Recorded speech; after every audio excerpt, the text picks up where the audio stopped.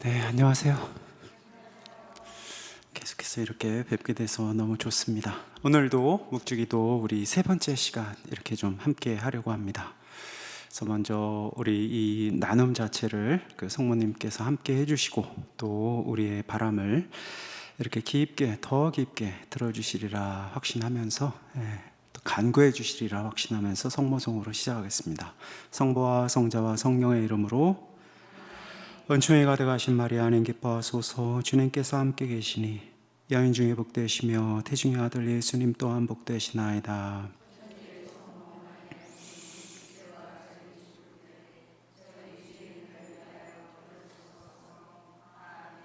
간절한 마음을 가진 이들을 어루만지는 성모님, 저희를 위하여 빌어주소서. 성부와 성자와 성령의 이름으로 아멘. 네, 그래요. 먼저 우리 시작하기에 앞서서 언제나와 같이 우리가 맨 처음 시작은 성모송을 할 때 묵주기도를 할 때 맨 앞부분을 먼저 좀 시작을 그날의 그 내용을 좀 하겠습니다. 그래서 맨 앞부분은 어떻게 하는 것이죠? 네, 아시다시피 사도신경하고 주의 기도하고 성모송 3번 하죠.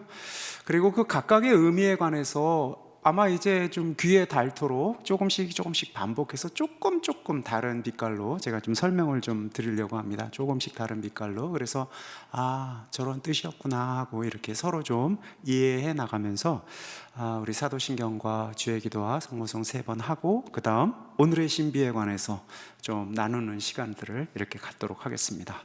먼저 우리 성모송 묵주기도를 시작을 하도록 하겠습니다. 자, 묵주기도는 거듭 말씀드렸다시피 성모님께 하는 기도가 아니죠.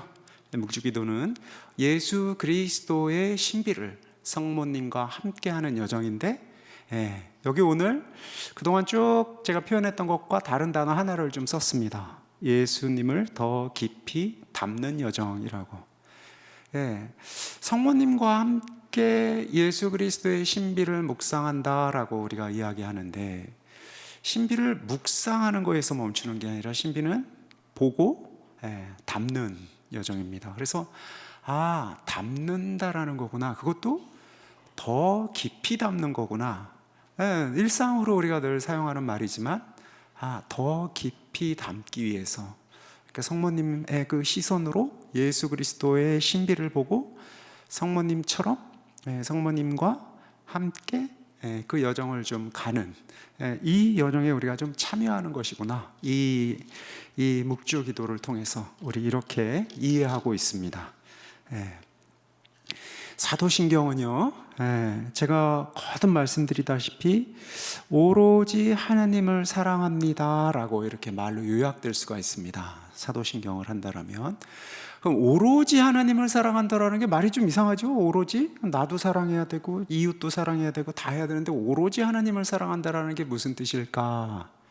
사도신경을 하면서 우리가 이걸 특별히 기억해야 합니다. 그것은 하나님을 경외한다라는 뜻입니다. 하나님을 경외한다라는 건 또 무슨 뜻입니까? 사실은 두려워한다 이런 뜻입니다. 크게 본다 이런 뜻입니다. 하나님을 크게 본다. 이 사도신경을 우리가 한다라는 의미가요. 하나님을 크게 본다라는 뜻은 무슨 뜻입니까? 사실은 하나님을 크게 본다라는 뜻을 가장 잘 설명해 주고 있는 성경이 있어요. 그것은 욥기입니다. 욥기. 하나님을 두려워한다라는 게 무엇인지 욥기가 설명을 해주고 있어요.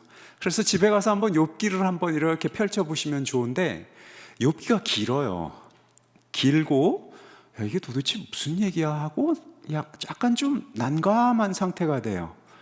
왜 그러냐면 이야기가 어떻게 진행이 되느냐면, 욥이라는 의로운 사람이 있었는데 어느 날 망했어요. 완전히 망해버렸어요. 완전히. 그러니까 친구들이 와서요, 그를 위로합니다. 의로운 자였거든요.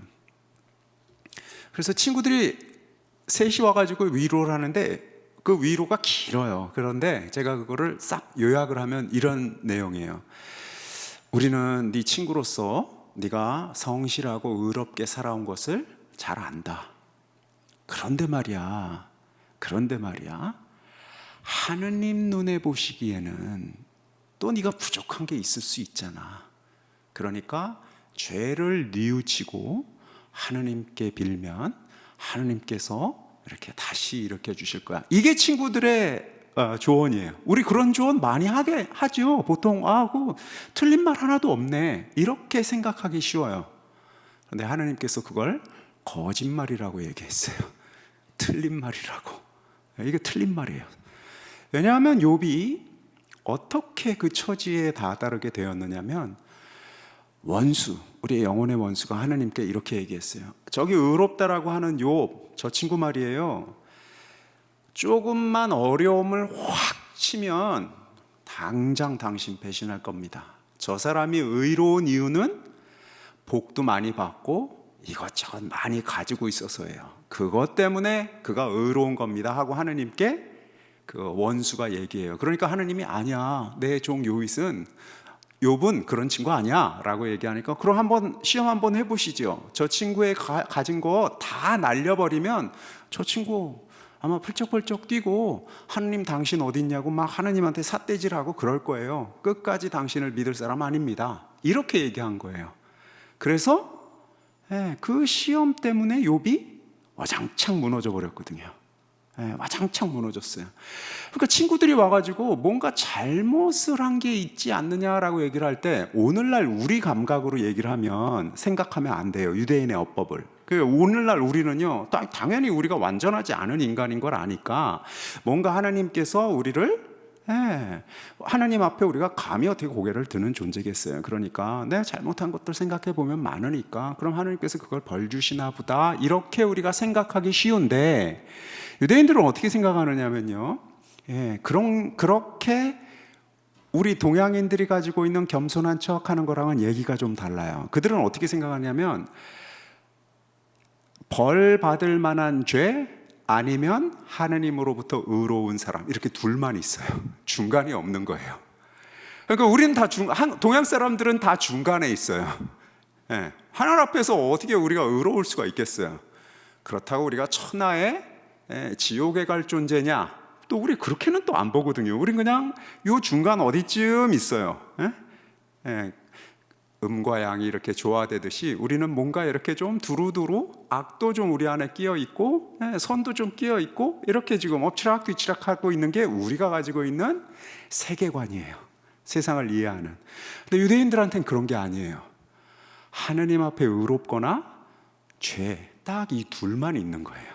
그러니까 그들에게 있어서 내가 좀 부족함이 있어. 하느님 앞에서 완전한 존재는 없으니까요. 부족함이 있어도 그래도 나는 하느님 편이고 하느님을 믿고 하느님께 의지하고 있는 사람이야 라고 생각을 한다면 죄인이라고 자신을 고백하지 않아요.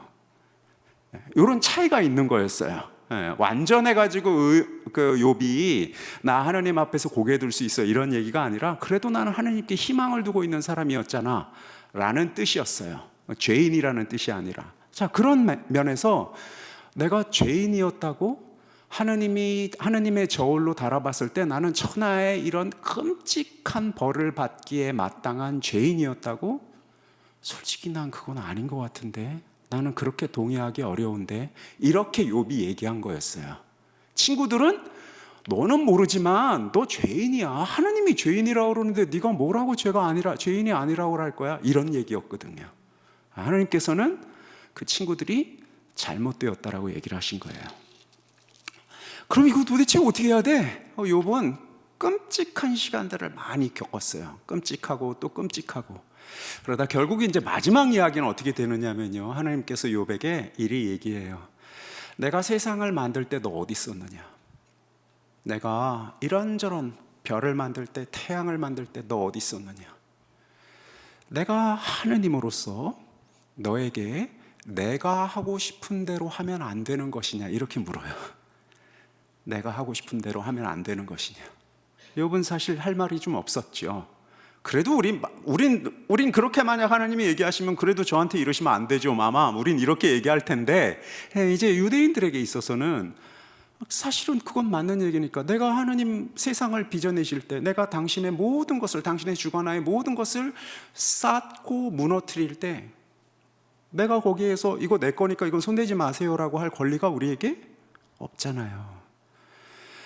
그렇게 하나님께서 등장하시어 모든 것은 내가 하는 것이고 그리고 내가 주는 것이다. 이게 욥기의 내용이에요.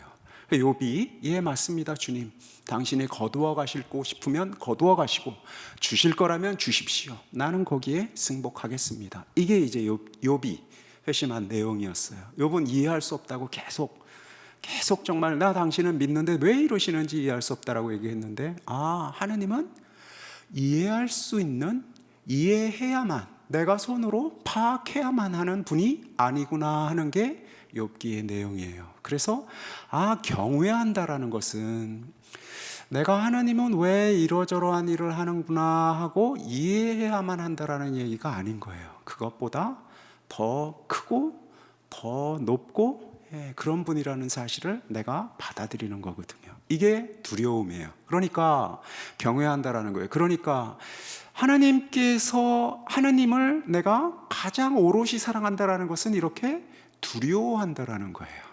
그리고 하나님께서 어떤 일을 어떻게 하시는지를 내가 낱낱이 다 이해하고 내가 다 파악해야만 당신은 있는 거야, 당신은 착한 거야 라고 내가 당신을 심판할 수 없다라는 사실이에요. 이게 하나님만을 오롯이 사랑한다라는 뜻이에요.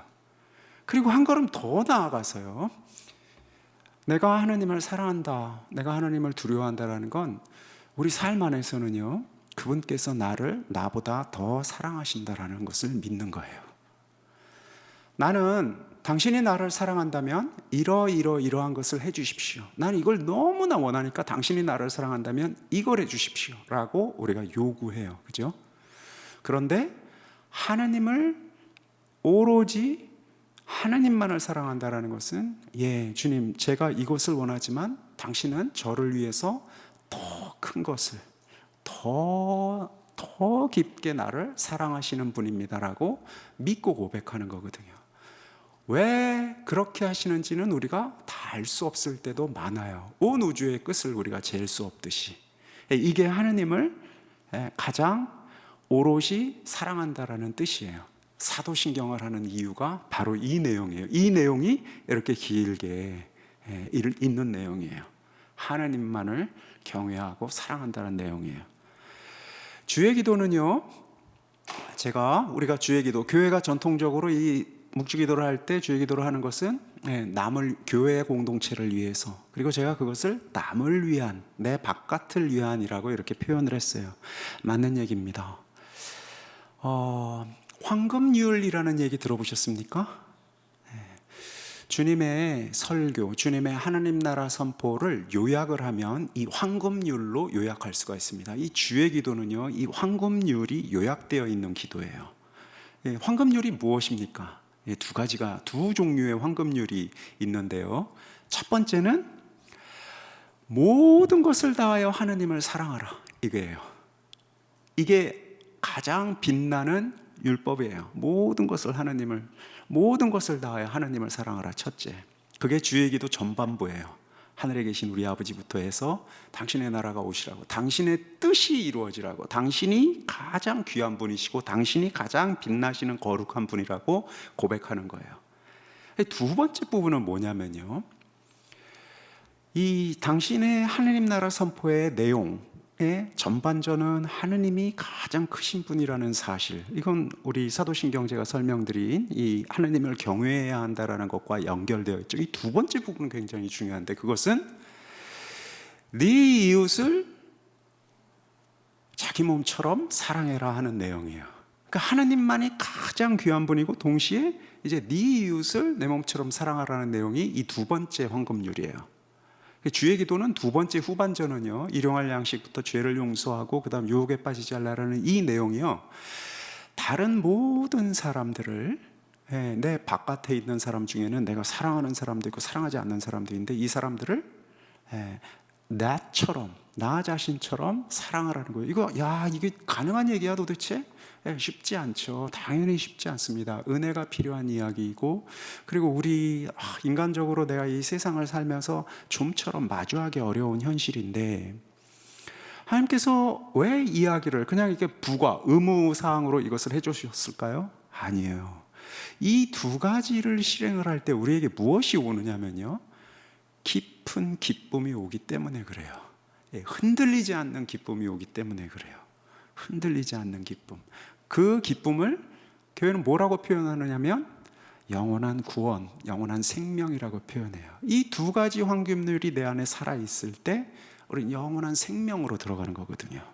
이 두 가지 황금률이 우리 안에 살아있지 않을 때 주님께서 우리를 구원하신다라는 이야기가, 맞아요, 당신께서 우리를 구원하실 터인데 한 이야기가 돼요. 우리 삶 안에서 우리 이 두 가지, 우리를 구원하신다라는 얘기는 어떻게 해서든지 이 황금률이 우리 안에 살도록 하시는 것이지, 이 황금률은 싹 빠지고 그저 그냥 껍데기인 내가 기쁨 안에 그냥 차는 이런 게 아닌 거예요. 당신은 어떻게 해서든지 우리를 구원하시는데, 그것은 이 황금률이 하나님만을 사랑하고 내 이웃을 내 몸처럼 사랑하는 그것이 내 안에서 살아나도록 하시면서 우리를 구원하시는 거거든요. 우리가 구원받으려면 결국은 이 문을 통과해야 돼요. 난 이거는 안 하고 그냥 구원받아야 되겠어, 이런 건 없어요. 그래서 이 특별한 이 바람, 이 주의 기도를 통한 이 바람이 우리 안에 결국은 내가 언젠가는 구원받을 사람이라면 살아날 거예요. 살아날 거예요. 그러니 우리가 지금 이 구원을 좀 살려고 한 걸음 좀 내딛어야 돼요. 왜냐하면 결국은 우리가 구원받을 자로서는 이 길을 가야 하기 때문에 그래요. 이 길을 돌아서 나는 이웃을 내 몸처럼 사랑하지 않고 구원받을 수 없어요. 없어요. 그렇게 안 갈 거예요. 당신이 우리를 구원하실 땐 이 길을 통해서, 이 온전함을 통해서 우리를 구원하실 거거든요. 용서하지 않고 내가 구원을 받을 수 있을까? 없어요. 결국은 용서하게 될 거예요. 그런데 지금은 못하겠다, 이게 또 우리의 입장이긴 해요. 그런데 결국은 그 길 이외에는 길이 없어요. 이게 주님께서 주의 기도를 통해서 우리에게 지금 이야기해 주시고 있는 바고, 우리가 지금 주의 기도를 하면서 묵주 기도를 하면서 공통적으로 항상 이 지향을 두는 이유, 주의 기도는 이 황금률, 교회뿐만 아니라 내 곁에 모든 사람들을 위한 기도임을 우리가 다시 떠올려야 해요. 제가 이 옆에 마지스라고 이렇게 그 서양말을 하나 적어놨죠. 이것은 라틴어 부사예요. 그것은 보다 더라는 뜻이에요. 보다 더. 이 주의 기도는요, 이 마지스라는 단어로, 이 부사로, 이 보다 더라는 표현으로 잘 설명할 수가 있어요. 보다 더가 왜 보다 더가 이걸 다 설명할 수가 있어? 하나님을 사랑하는 것도, 이웃을 사랑하는 것도, 사랑을 한다면 그것은 내가 지금까지 해왔던 방식보다 조금 더 해야 돼요. 이게 지금 우리가 실천적으로 초대받은 바예요. 내가 주의 기도를 한다라는 것은 내가 지금까지 해왔던 방식이 아니라, 해왔던 내용이 아니라, 요만큼 했으면 됐어, 난 더 이상은 못해가 아니라 그거보다 조금 더, 이 마지스예요. 그러니까 주님께서 계속해서 우리를 왜 이렇게 조금 더 이렇게 우리를 그냥 쥐어채시는 걸까? 왜 우리를 못 살게 하시는 걸까라고 한편에서는 막 속닥 하는 목소리가 있어요. 우리 영혼의 원수는 그렇게 얘기할 거예요. 야, 됐어, 너 이만큼만 해도 네 주위에 있는 사람들, 하나님 모르는 사람들 또는 진지하게 살지 않는 사람들에 비해서 네가 100배는 더 나아. 비교를 뭐 그런 거랑 하니, 비교를 옆에 사람이랑 해야지. 그러면 너 천국 가, 너 갈 수 있는 거야. 이 정도면 됐지 않았어? 라는 목소리가 하나 있고요. 또 하나의 목소리는 끊임없이 주님께서 한 걸음 더 와봐, 한 걸음 더 와봐, 한 걸음만 더 와봐 하고 우리를 초대하는 그 초대의 목소리가 있어요. 살아있다라는 것은요, 살아있다라는 것은 어제보다 오늘 조금 더 성장한다라는 걸 의미해요. 죽어있다라는 것은요, 어제와 오늘이 똑같아요. 쪼그라들죠. 사실은 살면 살수록 나 힘도 없고, 이제 옛날에는 좀 견뎌봤는데 이젠 견딜 수도 없고, 그래서 더 쪼그라들어요. 더 할 수 있는 것들이 없어지는 것처럼 느껴져요. 삶은 이렇게 방향을 가지고 있거든요. 나 옛날이랑 똑같이 살고 있어라고 생각할지 몰라도요, 주님의 길로 가지 않는 자들은 조금씩 쪼그라들어요. 사랑의 마음도 쪼그라들고요, 내가 사람들과 관계를 맺는 방식도 쪼그라들고요, 조금씩 쪼그라들어요. 그걸 우리는 노화라고 얘기도 하고 에너지가 떨어졌다라고 얘기하는데, 아니에요. 그렇지 않아요. 방향이에요. 당신께로 가는 방향에 있느냐, 아니면 우리 영혼의 원수가 끄는 방향에 있느냐예요. 당신께로 가는 방향에 있는 사람은 조금씩이라도 세상으로 나아가고, 조금씩이라도 사랑이 커집니다. 내가 지금 사랑이 커지는 방향에 있는지, 아니면 조금이라도 줄어드는 방향에 있는지, 이걸 좀 봐야 해요.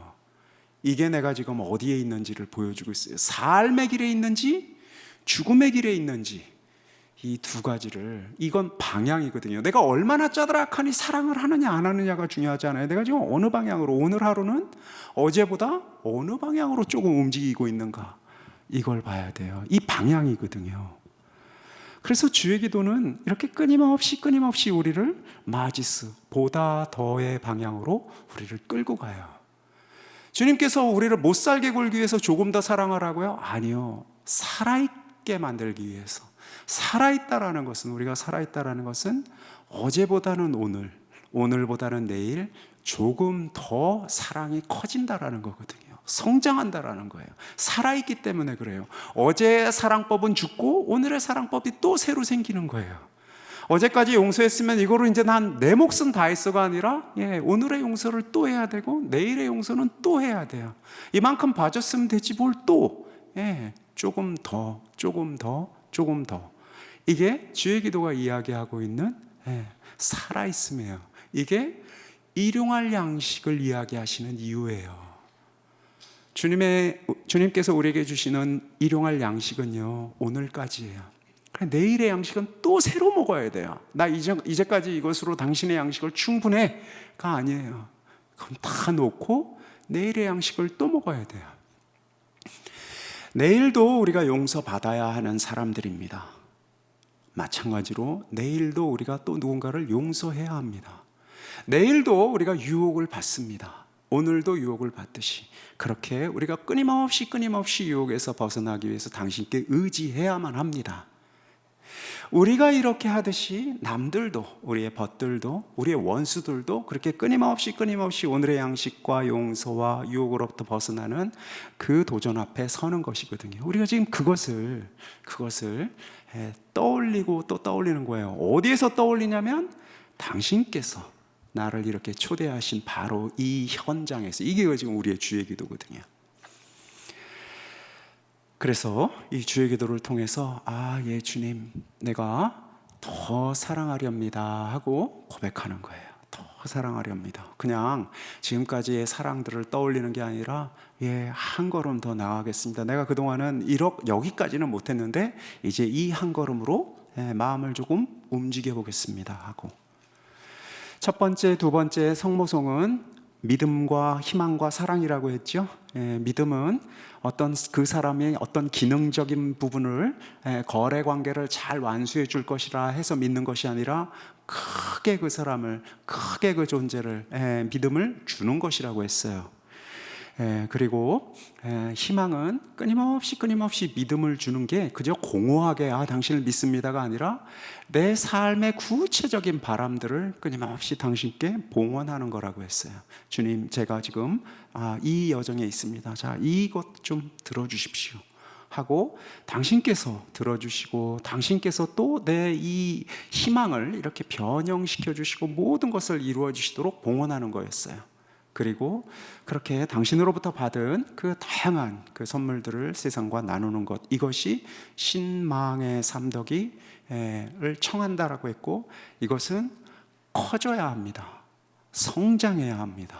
마찬가지로 살아있는 존재이기 때문에 그래요. 어제 희망했던 바람들보다 오늘의 바람은 주님께로 더 가까이 다가가서 성장해야 됩니다. 어제의 사랑의 실천보다 오늘의 사랑은 더 다양하고 깊어져야 돼요. 조금이라도. 어제의 믿음보다 오늘의 믿음은 더 크게 맡길 수 있어야 합니다. 이것이 우리가 묵주기도를 할 때 맨 처음 앞을 항상 동일하게 하는 이유입니다.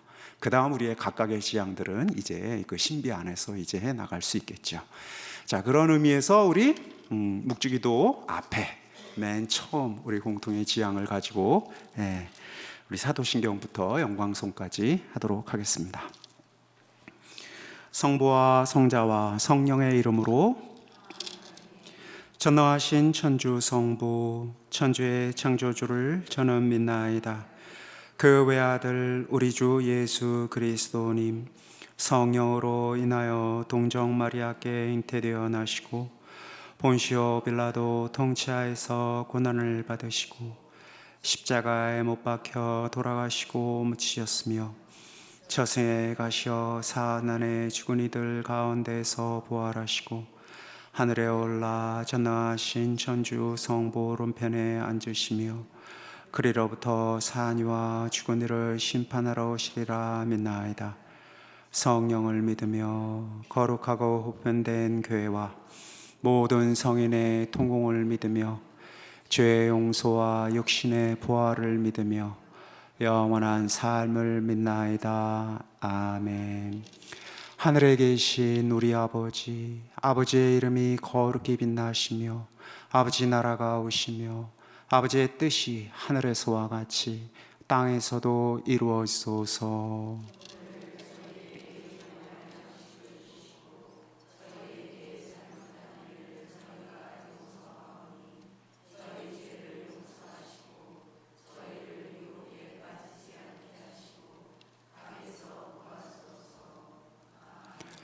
은총이 가득하신 마리아님 기뻐하소서. 주님께서 함께 계시니 여인 중에 복되시며 태중의 아들 예수님 또한 복되시나이다.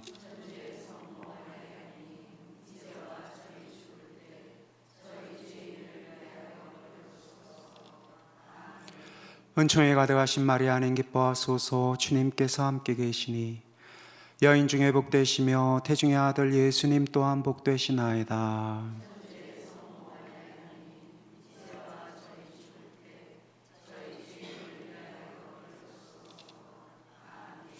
은총이 가득하신 마리아님 기뻐하소서. 주님께서 함께 계시니 여인 중에 복되시며 태중의 아들 예수님 또한 복되시나이다.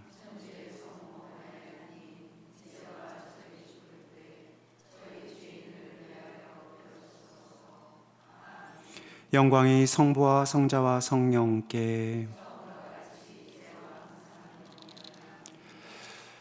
성부와 성자와 성령의 이름으로 아멘. 오늘은 환희의 신비 2단, 또 시간 여건이 허락되면 3단까지 좀 해볼 텐데, 자, 환희의 신비는 그 환희, 이 기쁨의 신비예요. 그 서양 말로도 joy라고 하죠. 카라라고 합니다. 기쁨의 신비예요. 그런데요, 사실은 이 기쁨을 그냥 통속적이고 세속적인 의미에서만 기쁨을 이야기하면 이 환희의 신비의 이 기쁨을 좀 오해하게 돼요. 신비라는 이름이 붙어져 있는 교회 안에 있는 모든 주요한 사건들, 특히 그리스도께서 결부된 모든 사건들은요, 두 가지 계기가 같이 있습니다. 두 가지 얼굴이, 앞통수와 뒤통수가 같이 있습니다. 이 기쁨이라고 하지만요, 그냥 하하호호만 있지 않아요. 자, 먼저 볼까요? 우리 곁에 그 어미하신 하느님께서 직접 오셨어요. 이거 굉장히 기쁜 일이죠. 그래서 우리가 기뻐해요. 환희의 신비 안에서 당신께서 우리에게 드디어 오셨기 때문에. 근데 한번 동시에 생각해 보세요. 환희의 신비 안에서 일어나는 이 신비들, 어떤 의미에서 한 인간이 탄생과 성장인데 하느님께서 이렇게 오셔도 되나 싶은 큰 질문을 우리에게 던져요. 하나님께서 오셨으니까 우리 참 기쁜 일인데 하나님께서 이렇게 오셔도 되나 싶은 거예요. 뭐 2000년 전에 그렇게 오시거나 말거나, 그러나 지금도 사실은 이 환희의 신비에 가난과 기쁨이 같이 이루어지고 있어요. 생각해 보세요. 하나님께서 계시다면 세상이 왜 이럴까? 하나님께서 지금 오셨고 여기 우리와 함께 계신다라고 하는데 왜 이래? 왜 이런 일이 계속해서 일어나지? 참혹한 자연재해에서 수많은 사람들이 정말 손 한 번 쓰지 못하고 그냥 다 사라져가는, 다 죽어버리는 이런 사태들. 어떻게 하나님께서 지금 계신다라고 하면서 이런 일이 일어날 수가 있을까? 이거 스캔들이거든요. 하나님께서 저 멀리에서 인간을 벌하신다라고 얘기하면 그래, 우리가 뭐 잘못했으니까 벌하시는 거 오케이. 그런데 하나님께서 직접 우리 안에 오셔서 우리의 아픔과 우리의 기쁨을 함께 하시겠다라고 오셨는데 왜 이런 일이 벌어지지? 이게 같이 붙어지지가 않아요. 2000년 전에 예수님께서 우리 곁에 오셨다라는 이 사실도 사실은 기쁨이면서 동시에 아직은 우리는 이런 질문, 왜 그런데 오셨는데 이 모양 이 꼴이지? 라는 질문에 우리가 답을 하지 못하고 있어요.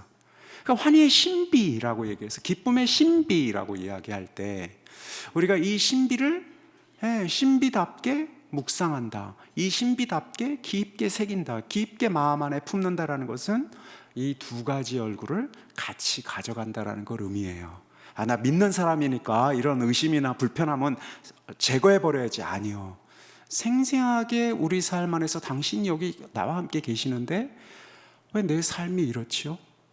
왜 나란 존재가 이렇게 변화하지 못하고 있죠? 왜 우리라는 사람들이 이 모양 이 꼴이죠? 시기하고 질투하고 미워하고 싸우고, 왜 이렇게 무력하고 힘없는 사람들이 한없이 무력하고 힘없게 이렇게 무너져 내려야 하죠? 라는 질문이 생생하게 우리 안에 있어도 됩니다. 동시에 바로 이곳에 당신이 오셨다라는 게 뭐예요? 하고 또 그 질문도, 그리고 질문뿐만 아니라 당신이 오셨다라는 것 자체를 어떤 의미에서는 뭘 주셔서가 아니라 오셨다라는 것 자체로 좀 받아들이는 것, 기뻐하는 것, 이것도 필요합니다. 그러니까 이게 그리 단순치 않은, 마치 세상에서 선물을 받으면 이 선물 때문에 기뻐하는 것과는 조금 다른 결의, 조금 어떤 의미에서 알 수 없다라고 표현할 수밖에 없는, 표현을 다 할 수 없다라고 할 수밖에 없는 신비인 거거든요. 그래서 이 신비라는 이름이 붙어 있으니 그래, 이게 그렇게 단순치는 않구나. 환희의 신비를 할 때 내가 항상 막 하하호 하면서 막 기쁜 마음을 여기서 용서해서 짜내지 않아도 되는구나. 그냥 있는 그대로 나의 지금의 상태에서 주님의 현존을 고백하고 또 주님의 없음을 애달파하는 것들이 환희의 신비의 내용이구나 라고 우리가 할 수 있습니다. 그러나 여기서 중요한 것이 하나 있어요. 마지막 줄입니다. 이건 한번 같이 읽어보도록 했으면 좋겠어요. 뭐죠? 가난 속에서 희망을 두는 이들이에요. 이 환희의 신비 안에서 일어나고 있는 많은 일들이요, 사실은 짜드락하니 이게 왕궁에서 벌어지는 일들이 아니잖아요.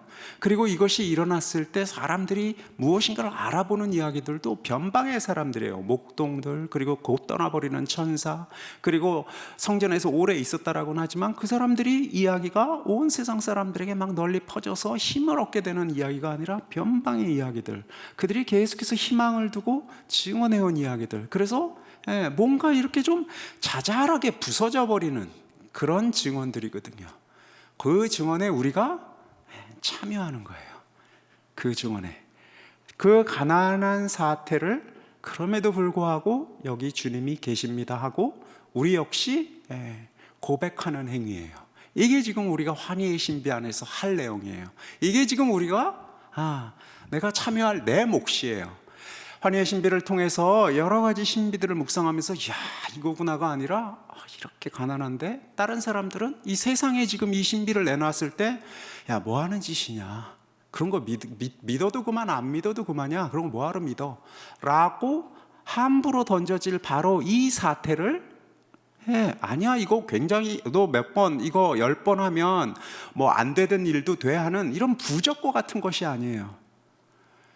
이렇게 세상의 눈으로, 세상의 시선으로 봤을 땐 가난하기 짝이 없지만 나는, 믿는 자로서 나는 여기에 그리스도의 현존을 고백합니다 하고 참여하는 거예요. 이게 지금 우리가 이 신비 안에 들어가는 거예요. 나는 지금 그렇게 하겠다라는 거예요. 이 기도를 통해서. 그게 우리가 이 신비 안에 들어가는 거예요. 참으로 가난하지만 주님, 제가 당신을 나의 벗으로, 당신의 현존을 여기 있는 당신의 현존으로 지응원하겠습니다 하고 참여하는 거예요. 성모님께서 참여했듯이, 온 삶으로 참여했듯이 나는 부족하지만 이 신비를 통해서 참여하는 거예요. 그게 우리가 지금 환희의 신비로서 참여하는 겁니다. 기도 안에서 이제 묵상하는 거니까, 묵상에 대해서도 지난 시간에도 얘기했지만 앞으로도 계속해서 조금씩 묵상 어떻게 하는 것인지 조금 더 이야기하려고 해요. 지난 시간에 제가 더 단순하게 성모님께 참여하는 것, 성모님과 함께 하는 것이라고 했는데, 그리고 그 단순함이라는 것은 혼란도 있고, 단순하다라는 건 혼란도 없고 뭐 두려움도 없고 그냥 오롯하게 한 마음으로 당신만을 이렇게 보는 것, 이게 아니라, 그런 의미에서의 단순함, 아주 순수하고 깨끗하게 나는 다른 생각 아무것도 없이 오로지 이 관상, 이 신비만을 보는 것, 이게 아니라 단순함이란 혼란, 두려움, 기대, 의심, 기타 등등 그 모든 것이 내 안에서 꽉 차 있고, 내가 막 그런 것들로부터 때론 소용돌이 치고, 때론 그냥 아무 소리도 없는 무덤덤함이 있고, 그런 모든 있는 그대로의 나의 안에서 우리가 선택할 수 있는 게 있어요. 그것은 주님, 당신께서 여기에 지금 이렇게 함께하고 계십니다 하고 믿는 거예요. 이런 의미에서의 단순함이에요. 그러니까 내가 그거를 알겠다, 그리고 또 뭐가 보인다, 느껴진다, 뭐 파악이 된다, 이런 의미에서의 단순함이 아니라 보이지도 않고 느껴지지도 않고 알지도 못하겠고, 그렇게 모호하거나 멀거나 졸리기만 하고, 이렇게 그냥 내가 가지고 있는 요만한 있는 그대로의 현실 안에서도, 그럼에도 불구하고 이 부족한 현실 안에서도 내가 주님, 당신을 믿습니다 하고, 마음 저 깊은 곳에서 안 되면 머리로 안 되면 입으로가 안 되면 순간순간 떠올리는 생각으로라도 고백하는 것, 이런 의미에서의 단순함이에요. 가난함이면서의 단순함이에요. 이런 의미에서. 그러니까 우린 이것을 저는 도대체 단순하게 기도할 수가 없어요 라는 말은 거짓말이에요. 이런 단순함을 우리가 할 수가 있는 거거든요. 이거로 안 되면 이거로 안 되면 뭐 손가락으로라도, 그 단순함으로 여기 지금 참여하는 거거든요.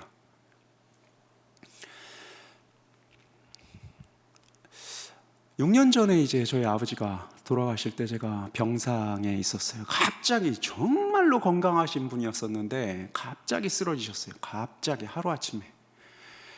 하필이면 뭘 음식을 삼키고 뭘 할 수 없는 딱 그 부분이 이렇게 뇌졸 중이 와가지고 그 부분이 하시니까 이제 뭐 어떻게 손을 쓸 수가 없는 상태가 됐어요. 아버지 근데 계속해서 묵주기도를 하셨던 분이란 말이에요. 그러니까 말도 할 수 없고 생각도 사실은 이렇게 제대로 잘 하기가 어려운 그런 상황이었었다라고 해요. 그래서 제가 병상에 있었는데 신음소리와 함께 손가락으로 숫자를 이렇게 헤아리고 계셨어요. 저는 직감할 수 있었어요. 아버지는 묵주기도를 하셨는데, 이 묵주기도를 하시는 방식이 이 말에 이 하나하나 은총이 가득하신 이런 것들이 안 되는 거예요. 말도 할 수 없고 하는 그 상태니까. 그러니까 손가락으로 뭘 이렇게 하시더라고요. 그때는 말로도 성모성을 하실 수가 없고, 아마 의식도 그렇게 성모성을 이렇게 그려낼 수 없는 그런 상태였음에도 불구하고 그에게 남겨져 있는 최후의 움직임인 이 손가락으로 말 없이 이게 지금 움직이고 있었어요. 이를테면 우리 이건 할 수가 있는 거 아니겠어요? 내가 미움으로 가득 차서 뭔가 내 속이 시끄러워, 그래도 이건 할 수가 있잖아요. 묵주를 쥐고 한 번, 두 번, 세 번을 굴릴 수는 있잖아요. 비오 10세께서는 기도를 못해도 좋다, 그거라도 잡고 있으라고 얘기를 하셨거든요.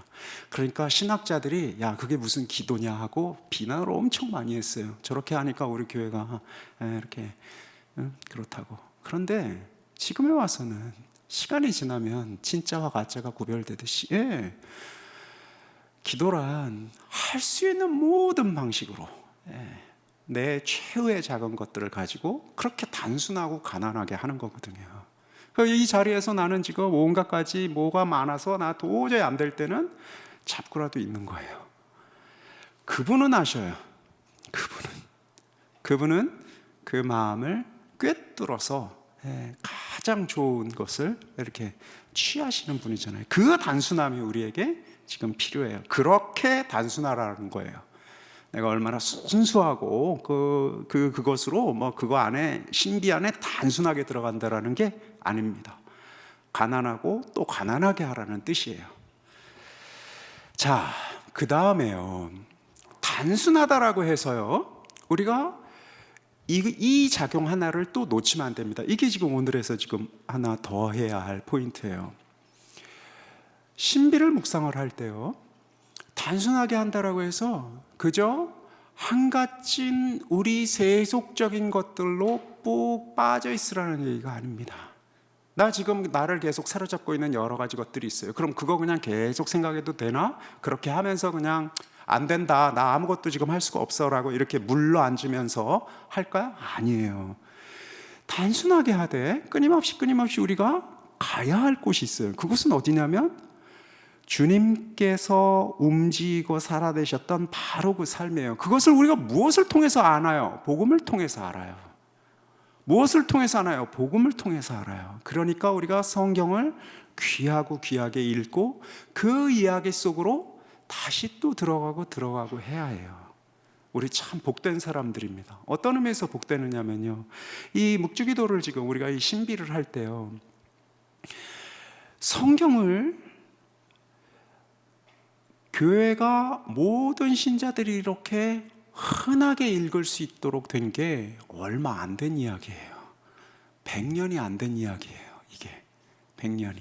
그럼 1900년 동안 교회는 어떻게 지금 당신의 말씀을 배워왔느냐면 성직자들이 이야기해줘서, 또 이런 성직자들의 이야기해주는 것도 못 들으면 스테인드 글라스를 통해서 추측해서, 왜냐하면 라틴어라든지 아주 그 귀한 언어로만 쓰였고 우리가 일상에서 사용하는 언어로는 번역도 안 되었거든요.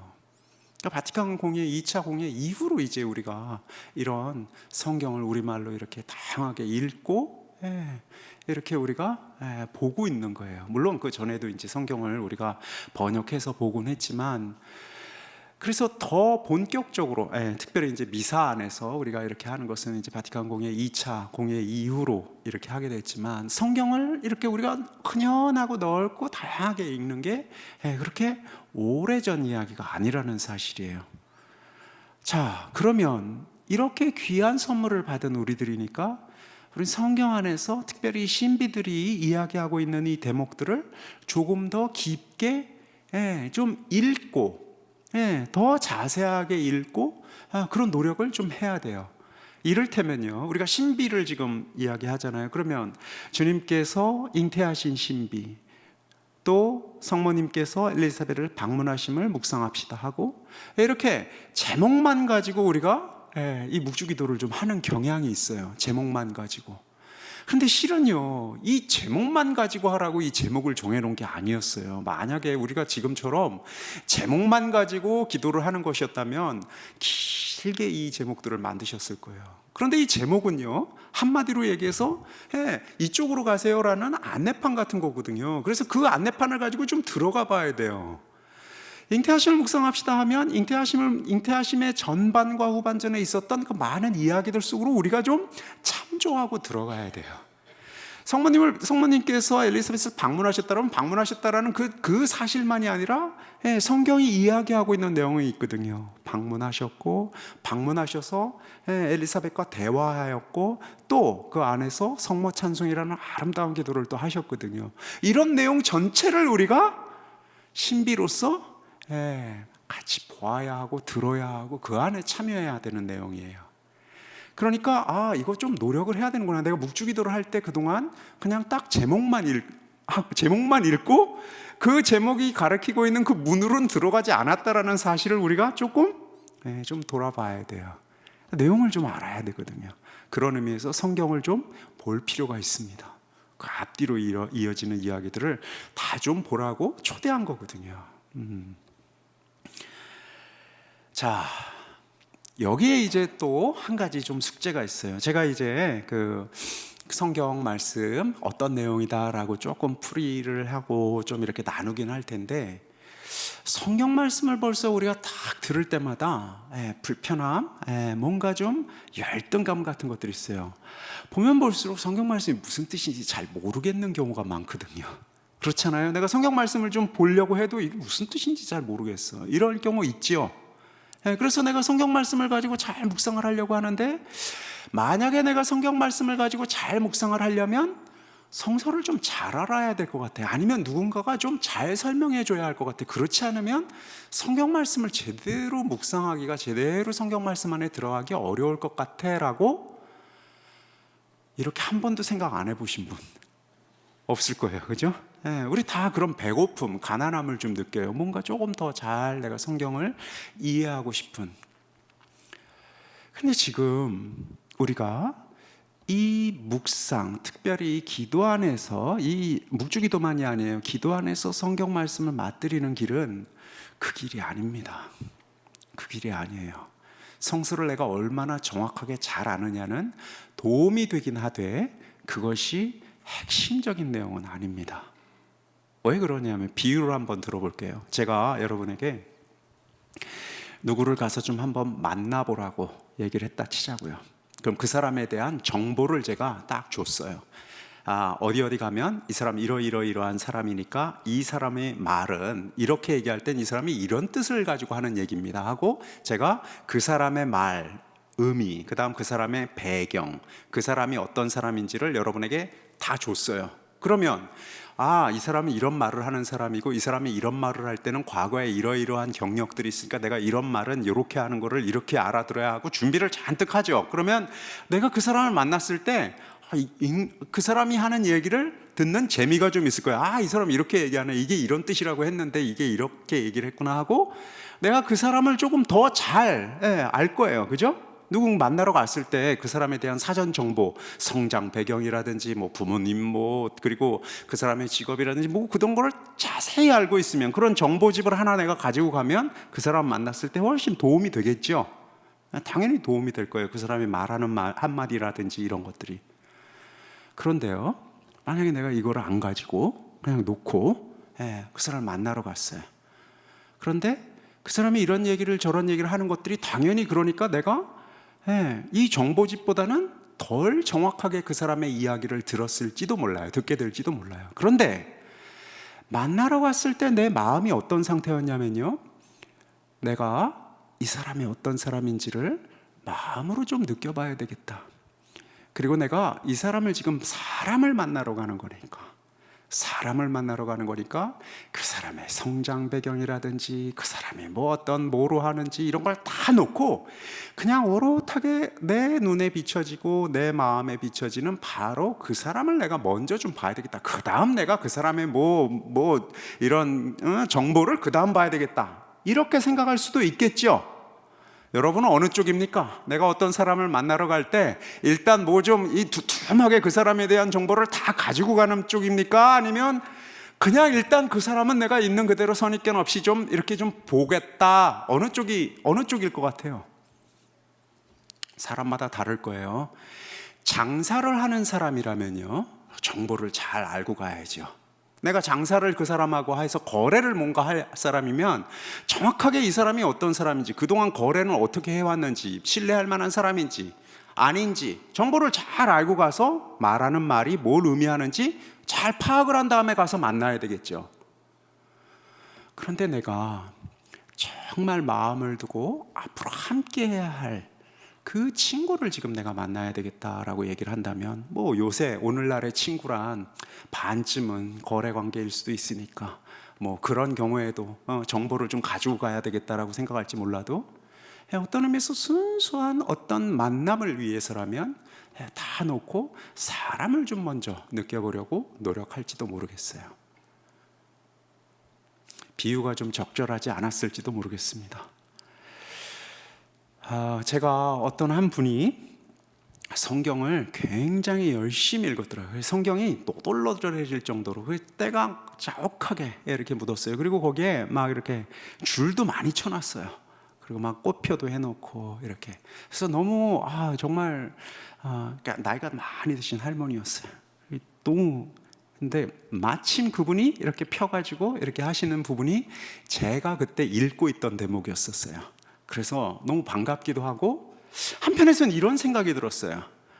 굉장히 어려운 대목이거든요. 제가 막 그 부분을 읽으면서 막 여러 책들을 봐야 했고 막 그러면서 야 그래도 이게 무슨 뜻인지 또 뭐 여러 가지 이슈들이 있었어요. 그 성경 대목 구절이. 근데 그분이 이렇게 막 그 형광펜으로 칠도 해놓고 막 이랬더라고요. 그 할머니가. 그래서 제가 이렇게 지나가는 말로 여쭤봤어요. 근데 좀 이해할 만 하십니까? 이렇게 여쭤봤어요. 그랬더니 전 너무 좋아요. 이렇게 대답을 하시는 거예요. 이 말씀이 너무 좋다고. 그래도 말씀이 굉장히 어려울 텐데요. 이렇게 제가 얘기를 했더니 그분이 안 어려운데요. 이렇게 대답을 하신 거예요. 그래서 제가 어떻게 생각을 했느냐면요. 뭐 그냥 막 읽으면 그냥 틀리게도 읽을 수 있고 뭐 자기 식대로 읽을 수도 있으니까 뭐 그렇게 읽으면 그냥 좋은가 보다. 이렇게 언뜻 그렇게 생각을 했어요. 그런데 이렇게 보니까요, 그분이 그걸 진짜 재밌게 읽고 계시는 거예요. 이 표정이라는 게 있잖아요. 그거를 정말 재밌게 읽고 계셨어요. 그 모습을 이렇게 보니까 저는 그렇게 성경을 재밌게 읽어본 기억이 안 나는 거예요, 갑자기.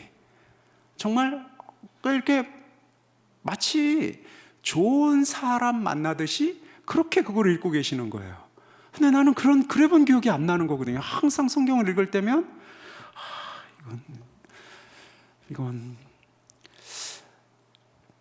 이거는 우스꽝스럽지만 본문을 히브리 본문을 찾아봐서 이거는 어떻게 편집이 되어 있는 것이고 원문이 무엇이고 이거는 뭐 진위 문제가 어떻고 맨 이런 식의 것들을 가지고 막 방해들을 하다 보니까 한도 끝도 없었는데 이분은 너무나 즐겁게 그걸 읽는 거예요. 그래서 또 물었죠. 그게 그렇게 재밌으세요? 그랬더니 그분이 이렇게 얘기하시는 거예요. 신부님, 저는 성경이 너무 좋아요. 그 좋아요라는 말엔 진심이 있었어요. 왜 좋으세요? 그랬더니 그냥 좋아요. 이러신 거예요. 그냥 좋아요. 제가 곰곰이 그 장면이 지금도 생생하게 떠올라요. 그는 누군가를 만나서 그 만남 안에서 성경 말씀 하나를 가지고 풀이하지 않았어요. 그가 어떤 사람이 그에게 어떤 말을 할 때 그게 무슨 의미지? 그런 말은 누군가가 이런 얘기를 했을 때를 인용을 하는 것이구나.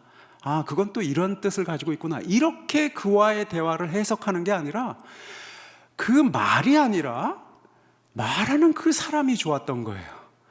이 성경에 나와 있는 글들 하나하나뿐만 아니라 그 글을 통해서 말하는 사람이 좋은 거예요. 왜 우리가 참 좋은 사람이랑 수다를 떨고 나면요, 수다의 내용은 기억이 안 나죠. 그런데 그와 참 좋게 대화했다라는 게 기억이 남죠.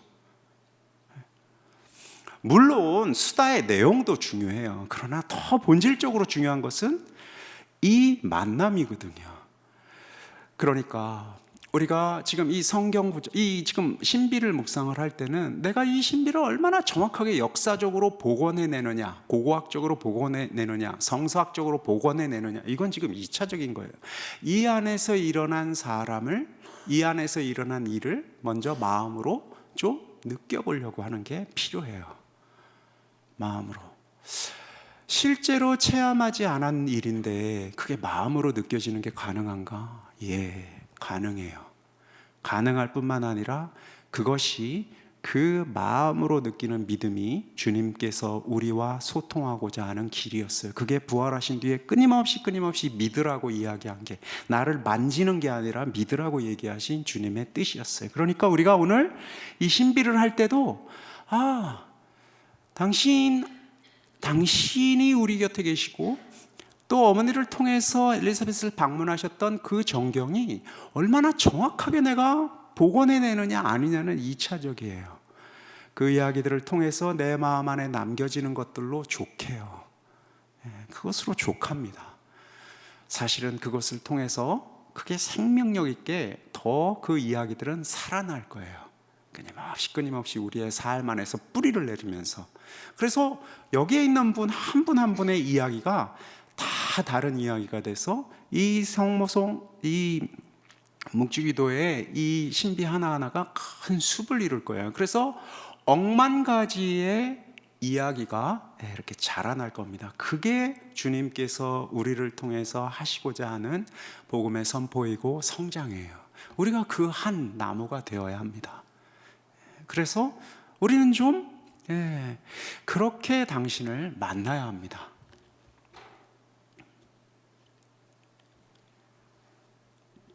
자, 이제 기도하기 전에 마지막 이제 지향입니다.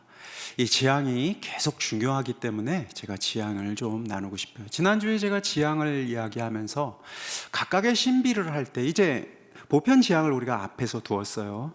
당신이 가장 크신 분이고 사도행전을 통해서, 그 다음 내 온 이웃들, 온 사람들을 사랑해야 한다라는 것, 주의 기도를 통해서, 그리고 믿음과 희망과 사랑을 키워나가야 한다라는 것을 당신께 은총으로 청했어요. 이게 이제 우리 묵주기도를 항상 시작하는 출발점이라면, 각각의 지향에서는 우리 지향이 있어요. 그리고 지향은 크고 작은 지향들을 가감없이 솔직하고 진솔하게 우리 희망의 덕을 가지고 이렇게 지향해야 한다라고 했어요. 왜 지향해야 되지? 주님께서 그런 우리의 목소리를 듣는 것을 좋아하시기 때문에, 대화를 좋아하시기 때문이에요. 우리와 대화하고 싶어 하시기 때문이에요. 그러니까 우리의 지향을 나눠야 해요. 그리고 우리의 지향은 이거 안 들어주면 안 돼요, 이거 들어주시지 전까지는 아무것도 안 돼요 하고 지향만을 꼭 붙잡는 게 아니라, 우리가 지향을 당신께 드렸다라면 그것은 봉헌하는 것이에요. 그래서 당신께서 이 지향을 가지고 당신이 요리를 해내실 거라고, 가장 좋은 요리로 응답하실 거라고 우리는 이제 믿는 거예요. 그러니까 지향을 당신께 드렸으면 드리는 거예요. 이거 내가 붙잡고 끈을 딱 당기고 있어서 이 지향을 얼마나 당신이 나를 들어주느냐는 아닌 거예요. 이 지향은 놔야 돼요. 이제 그 다음 이 지향도, 우리가 당신께 계속해서 내놓는 지향도 주의 이름으로, 주의 뜻으로, 당신 뜻에 조금 더 맞게 성장해 가야 돼요. 오늘은 내가 핸드백 좀 사달라고 지향을 했으면 내일은 우리의 핸드백으로 조금씩 성장해야 돼요. 주님께서 원하시는 방향을 내가 저 깊은 곳에서 감지하면서 내 지향도 성장해야 돼요. 그래서 진솔하고 솔직하게 지향을 당신께 아뢰되 계속해서 성장하는 방향으로 내 지향이 이렇게 살아있도록 해야 돼요. 이게 하나의 우리가 지향을 가질 때, 각각의 신비를 할 때 지향을 가질 때의 태도예요. 자, 그런데 이 신비를 할 땐 이제 봉헌을 한다라고 했어요. 놓았다라고 했어요. 자, 그러면 온전히 이 각각의 신비 안에서 들어갈 때 이제 이 또 다른 종류의 지향을 우리가 또 마음에 좀 품어야 돼. 이 기도를 잘하겠다라는 지향이에요. 이 신비 안에 들어가겠다라는 지향이에요. 그래서 각각의 신비, 이를테면 오늘 이제 방문하심, 성모님께서 엘리사벳과 만나는 이 신비를 지금 묵상을 할 때는, 자, 지향을 두었어요. 주님, 제가 이 단은 이런 지향을 가지고 하겠습니다. 당신께서 들어주시리라. 그리고 당신께서 더 잘 들어주시리라. 당신의 방식과 때에 따라서 들어주시리라 믿습니다. 그러니 이제 이것은 내가 당신께 놓습니다. 그리고 내일의 지향은 이것보다 더 성장한 지향을 할 수 있도록 해주십시오 하고 놨어요. 이제 있는 거예요. 물론 쉽게 잊혀지진 않아요. 그러나 내가 기도하면서 계속 이 지향만 막 붙잡고 있지는 않을 거예요. 오는 대로 또 이렇게 보내주려고 노력할 거예요.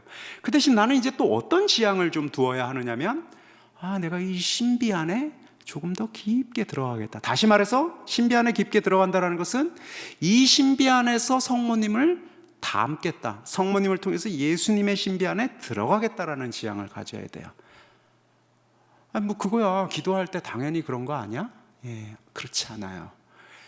왜냐하면 우리가 너무나 잘 알다시피 우리가 지향하는 대로 우리의 발걸음은 옮겨갑니다. 생각보다 인간이란 존재가요, 여리고 또 여려요. 마음을 계속해서 지향을 둘 때 우리가 그쪽으로 움직여갑니다. 그러니까 기도 안에서 내가 지금 어떤 한 신비를 기도할 때, 이 신비 안으로 들어가겠다라는 바람을 계속 가져줘야 합니다. 이 생각이 하나 떠오를 때 다시, 나는 지금 이러저러한 내 바람들, 내 핸드백 하나 사달라는 이 바람, 핸드백이 막 그려졌는데 이거 아니고 당신의 모습으로 내가 좀 갈 거야 하고 계속 나를 이렇게 잡아내야 합니다. 이게 우리가 지금 이 지향을 가져야 된다는 그런 의미에서 이 지향이에요. 그래서 기도 안에서는 이 지향을 가지고 있어야 됩니다. 이 신비 안에 들어가겠다고 계속해서.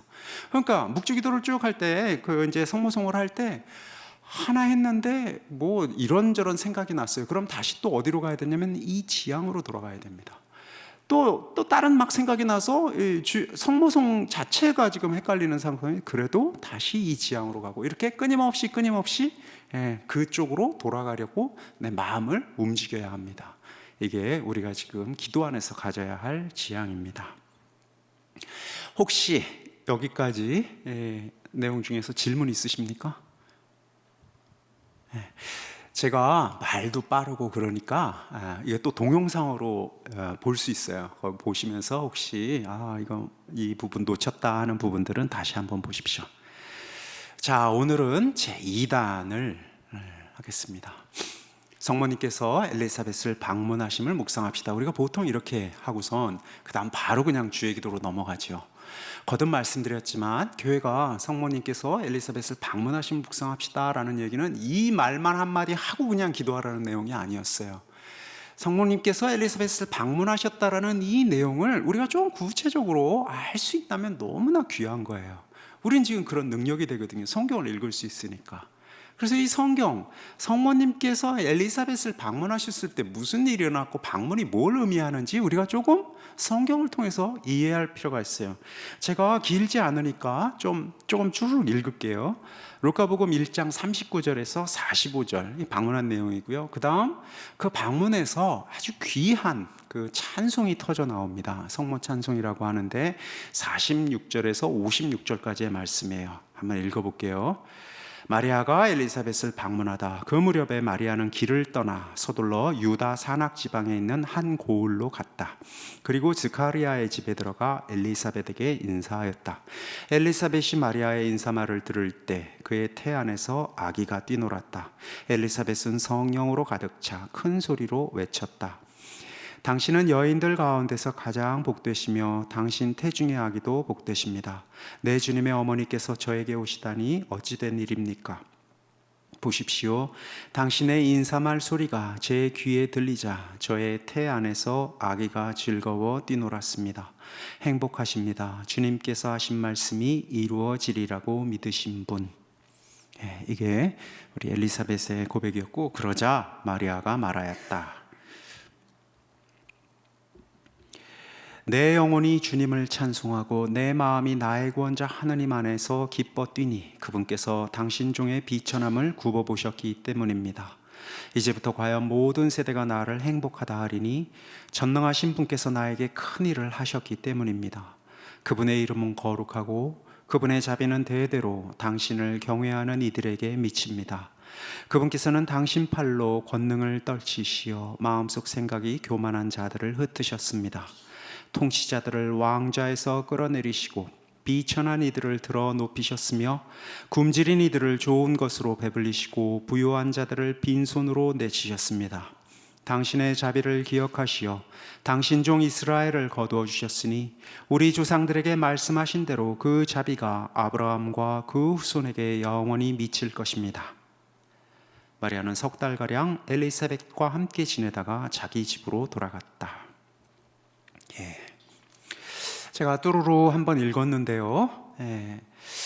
집에 돌아가셔서 오늘 이 기도를 하실 때는 이 대목을 한번 천천히 다시 한번 읽어보십시오. 거듭 말씀드리지만 뭐 주석을 하거나 이러실 필요 없어요. 마음에 올라오는 대로 만날 수 있는 만큼 만나면 되는 거예요.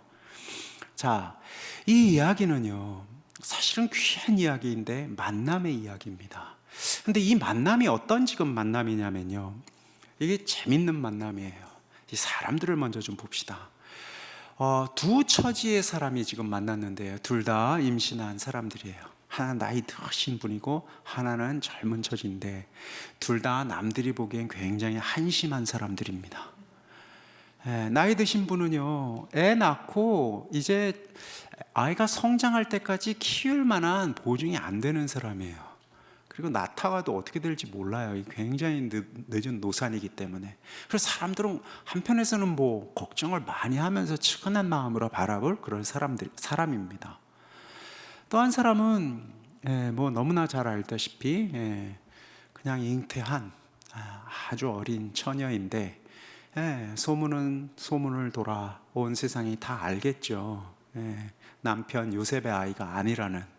그러니까 어떤 의미에서 이 사람들의 이 두 사람의 만남, 이 처지가 뭐 이렇게 안 된 사람? 한번 객관적으로 봤을 땐 참 안 된 사람 둘이 지금 만난 처지예요. 대책이 별로 없는. 당사자들이 이제 이 안에서 기쁨을 이야기하고 있는데요. 그러니까 이 기쁨이라는 게 온갖 가지 세상의 성공에 마주하여 화답하는 기쁨과는 거리가 아주 멀어요. 세상은 이 사람들의 처지를 보면서 그렇게 기뻐할 것 같지 않아요. 당장 여러분 중에서 지금 나이가 거의 6순이 넘어가고 7순이 넘어가는데 아이를 지금 임신을 했다. 그리고 결혼하려고 했던 남자가 아니라 딴 남자의 애를 지금 뱄다. 그것도 아주 어린 친구가. 뭐 이렇게 즐겁고 기뻐하면서 지금 할 그런 처지가 아니잖아요. 그것도 둘이 앉아가지고 무슨 얘기를 할까, 우리가 보면 한심한 사람 둘이 모여가지고 참 이렇게 생각할 법한 상황이에요. 굉장히 어려운 상황이에요, 한편에서 이렇게 보면. 그런데 그 상황을 뚫고 굉장히 기쁨을 이야기하고 있어요. 기쁨을 이야기하고 있어요. 자, 대화를 보면요, 마니피캇이라고 우리가 흔히 얘기해요. 왜냐하면 내 영혼이 주님을 찬송하고라고 우리말을 이렇게 번역을 했는데, 이 서양말은 마니피캇으로 시작을 해요. 마니피캇 아니마 메아 라틴말은 이런데 마니피캇으로 시작을 해서 이 성모 찬송을 마니피캇이라고 보통 얘기하는데, 이 마니피캇이 참 재미있는 단어예요. 마니피캇이 찬송하다라는 뜻으로 우리말은 번역을 하거든요. 그런데 원래 그게 무슨 뜻을 가지고 있는 단어냐면 돋보기로 보다라는 뜻이에요. 돋보기로 보다, 마그너파이 한다라는 그런 뜻이거든요. 영어도 그 말에서 나왔어요. 돋보기로 보다. 찬송하다라는 말이 돋보기로 보다라는 뜻이에요. 무슨 뜻이냐면요, 찬송할 만한 것이 사실은 안 보여요. 그래서 그거는 돋보기로 봐야 돼요, 크게. 이게 찬송하다의 본래 뜻이에요. 한심하기 이를 데 없는 두 사람 안에서 돋보기를 갖다 놓고 보니까 하나님의 크신 영광이 거기 있는 거예요. 크게 봐야 보이는 거예요. 찬송한다라는 것은 그래서 크게 보는 거예요. 용기를 가지고 믿음을 가지고 보는 게 찬송하다라는 내용이에요. 노래가 아니에요. 노래를 했다 안 했다는 그건 2차적인 거예요. 찬송, 믿는 자들의 찬송은 작은 것 안에서 그냥 보면 안 보여요. 그냥 보면 한심해. 그냥 벌레와 같아. 그런데 거기 크게 보니까 그리스도가 계시는 거예요. 이렇게 크게 보는 거예요.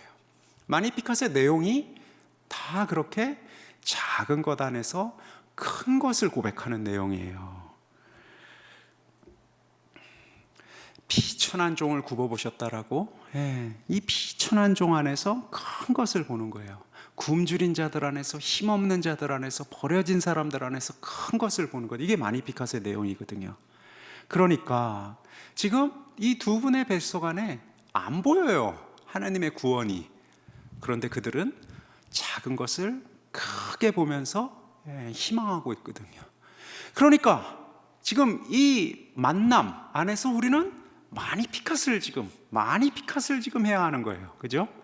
마니피캇, 우리 삶의 작은 것 안에서 망해버렸다라고 생각되는 그 작은 것 안에서 하느님께서 잉태하시어 이제 천천히 성장하고 우리 곁으로 오시는 시간이 이제 시작이 되는 거예요. 사람 볼 수가 없어요. 보이질 않으니까, 뱃속에 있으니까, 그것도 너무 작으니까, 꼬물거리니까, 아무것도 아니니까, 그리고 처지를 보면 이거 가지고 뭘 어떻게 할 수가 없으니까. 그런데 거기에서 하나님의 위대한 구원이 시작되었다라고 보는 거예요.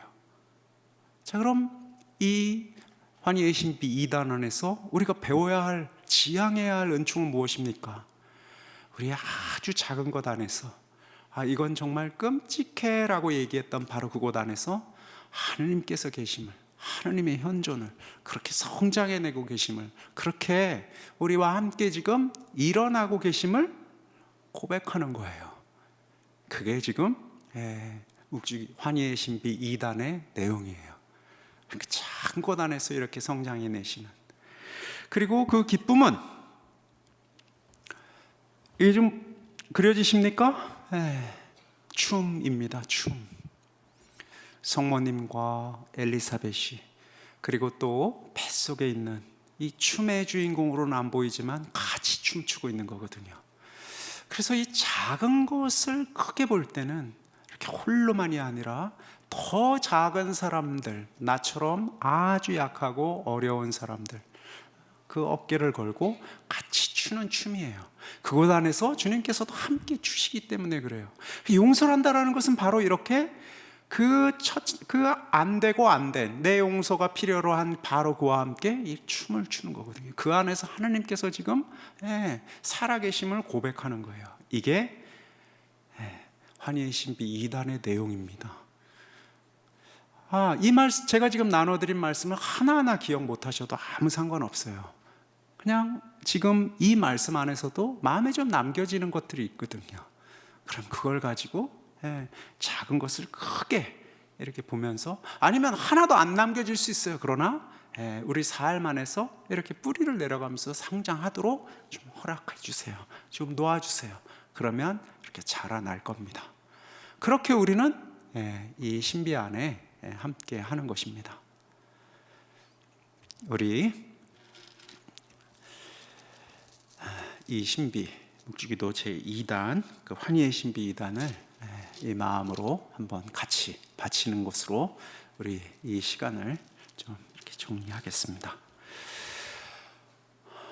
앞에 기도는 우리 아까 한 것으로 하고, 묵주기도 환희의 신비 2단으로 하겠습니다. 성부와 성자와 성령의 이름으로.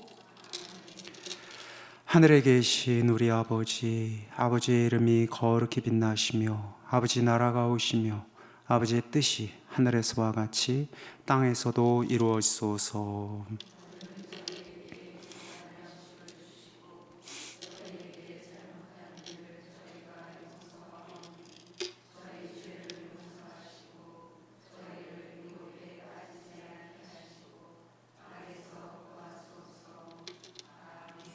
은총이 가득하신 마리아는 기뻐하소서. 주님께서 함께 계시니 여인 중에 복되시며 태중의 아들 예수님 또한 복되시나이다.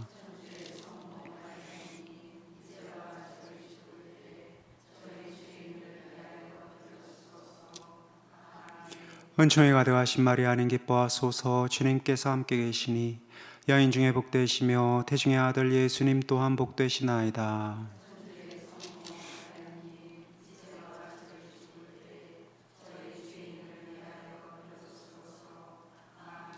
은총이 가득하신 마리아는 기뻐하소서. 주님께서 함께 계시니 여인 중에 복되시며 태중의 아들 예수님 또한 복되시나이다.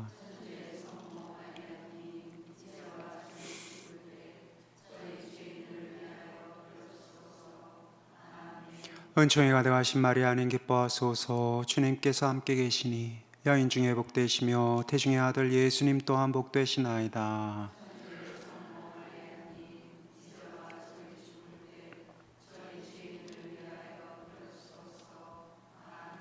은총이 가득하신 마리아는 기뻐하소서. 주님께서 함께 계시니 여인 중에 복되시며 태중의 아들 예수님 또한 복되시나이다.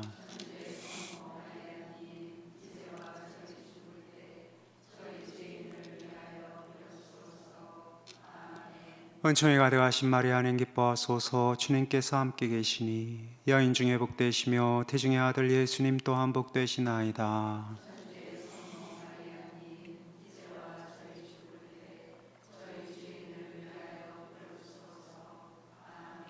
은총이 가득하신 마리아는 기뻐하소서. 주님께서 함께 계시니 여인 중에 복되시며 태중의 아들 예수님 또한 복되시나이다.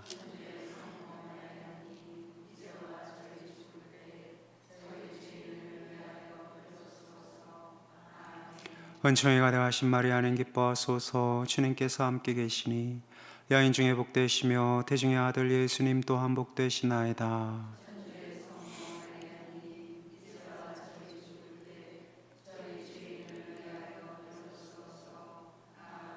은총이 가득하신 마리아는 기뻐하소서. 주님께서 함께 계시니 여인 중에 복되시며 태중의 아들 예수님 또한 복되시나이다.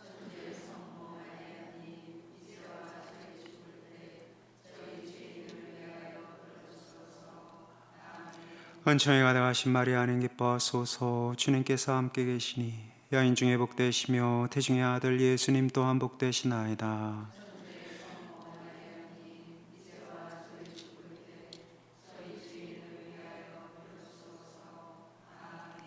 영광이 성부와 성자와 성령께.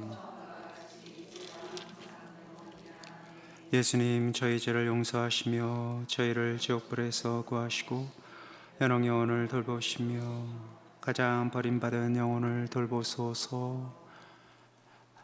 모으시며 사랑이 넘친 어머니, 우리의 생명 기쁨 희망이시여,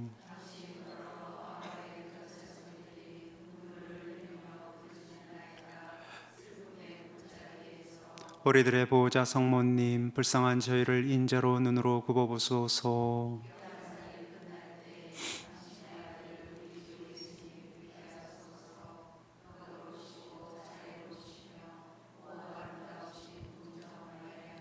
천주의 성모님, 저희를 위하여 빌어주시오. 기도합시다. 하느님, 외아드님께서 삶과 죽음과 부활로 저희에게 영원한 구원을 마련해 주셨나이다. 복되신 동정 마리아와 함께 이 신비를 묵상하며 묵주 기도를 바치오니 저희가 그 가르침을 따라 영원한 생명을 얻게 하소서. 우리 주 그리스도를 통하여 비나이다. 아멘. 성부와 성자와 성령의 이름으로 아멘. 감사합니다.